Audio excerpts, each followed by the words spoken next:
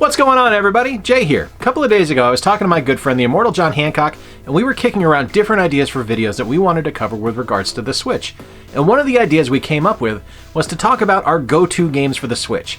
Now, you can see John's video here. It's in one of these corners. It's also going to be in the description down below. But today, I want to give you my 5 go-to games that I keep coming back to on the Switch. Let's take a look. Now, kind of like what John did, I'm going to take out games like Legend of Zelda Breath of the Wild, Super Mario Odyssey, Animal Crossing, and even Stardew Valley. While I have a ton of playtime into those games, they burned bright, and I played them kind of exclusively for a couple of months, then I put them down and never really came back to them, and that isn't a game that I keep coming back to. Today, we're going to look at 5 games that I have picked up repeatedly in the years that I've owned the Switch. Before I get to the games, guys, be sure to subscribe down below. About 70% of you are not subscribed to the channel yet. You should correct that mistake. We're putting out 2 videos a week, we're putting out some fun content, and I'm having a ton of fun making videos lately and doing stuff for you guys. You guys are awesome, and I love that you're here. But now, let's dive on in and take a look at those 5 games. So the idea of games that you keep going back to are ones that you revisit constantly that just keep rewarding you no matter what. And one of the ones that really surprised me and has really just kept giving me more and more and more the more I played it is shockingly Star Wars Pinball. Now, I loved this game the first time I played it. I loved the idea of having a bunch of different pinball tables on one cartridge, but I kind of figured I would lose interest in it very quickly. But the game is so well done, and the tables are so varied and so much fun to play that I keep finding myself coming back to it all the time. This has really become one of my favorite games, and I think I got it for like 20 bucks at Target. So the return on investment just for the entertainment value alone has been astronomical.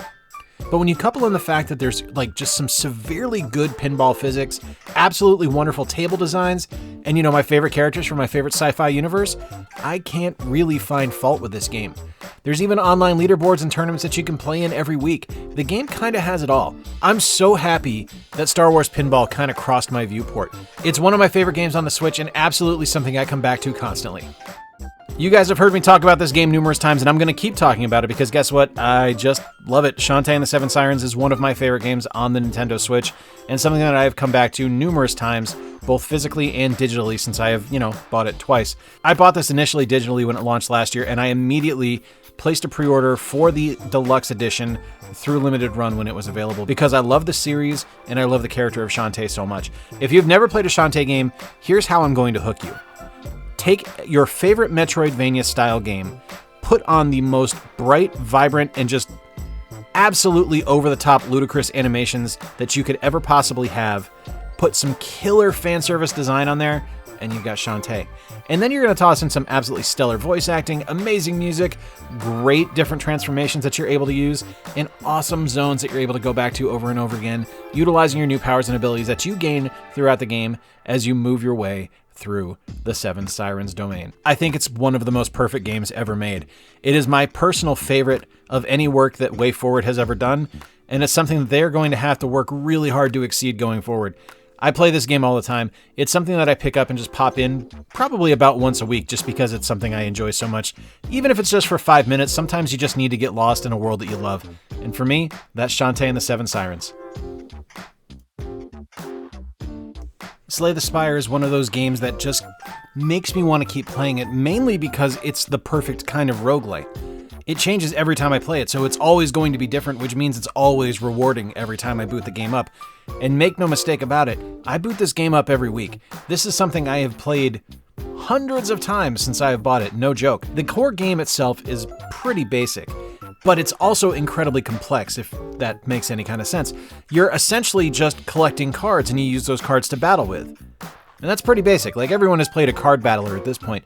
But the way the game plays is different every time you go through. So the maps are going to be different every time you go through it. Every enemy you face is going to be different than the previous run you had, and your upgrades are going to carry over in certain aspects the further into the game you proceed.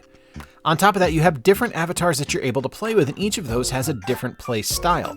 And depending on what play style you want to go as that day, you can choose any of the characters available and tailor your playstyle to it. It's a really rewarding game that just makes you want to keep playing it and picking it up. This one is kind of cheating because I've actually bought this game like every time it's been released on another console, and that's Mega Man Legacy Collection Volume 1 and Volume 2. And it's not fair because it's got my favorite NES game on it. I say it's my Desert Island game. I said that in the John Riggs Desert Island video, and that's Mega Man 2. So there was no question in my mind that I was going to be getting this game. But getting it in a package along with every other Mega Man game from the core Mega Man or Rockman line is just awesome. You get Mega Man 1 through 10 on this, and it's something that I come back to all the time. Now, I have played and beaten Mega Man 2 hundreds of times in my life, but this isn't a game I get tired of. This is one of those like security blanket games for me. It's comfort food. It's something I go back to probably once every 2 or 3 months just because I love playing the game so much. You get all kinds of neat stuff on these games just outside of the core game itself. You can play either Rockman or the Mega Man version. You can see a gallery of the regular robots and the Robot Masters. There's a neat gallery that has box art, cartridge art, advertisement art, all kinds of stuff like that. And there's a music player for each game, letting you hear the entire soundtrack for each game. This is a fantastic collection and something I go back to all the time. Now here's a game I haven't talked about on the channel before, and that's kind of shocking to me because I absolutely adore Shovel Knight Treasure Trove. And this is a game that, here's how much that this is a game I keep coming back to. This is a game that I have now purchased like 4 times. I've had it on my Switch, I've had it on my 3DS, I had it on my PS4, and I think I have it on Steam. So at least 3, possibly 4 times. Now, the biggest reason that Shovel Knight is something that I keep picking up and playing is, 1, because the game is absolutely brilliant. This is one of the most perfect platformers ever designed, and it's something that has so many different options for the way to play.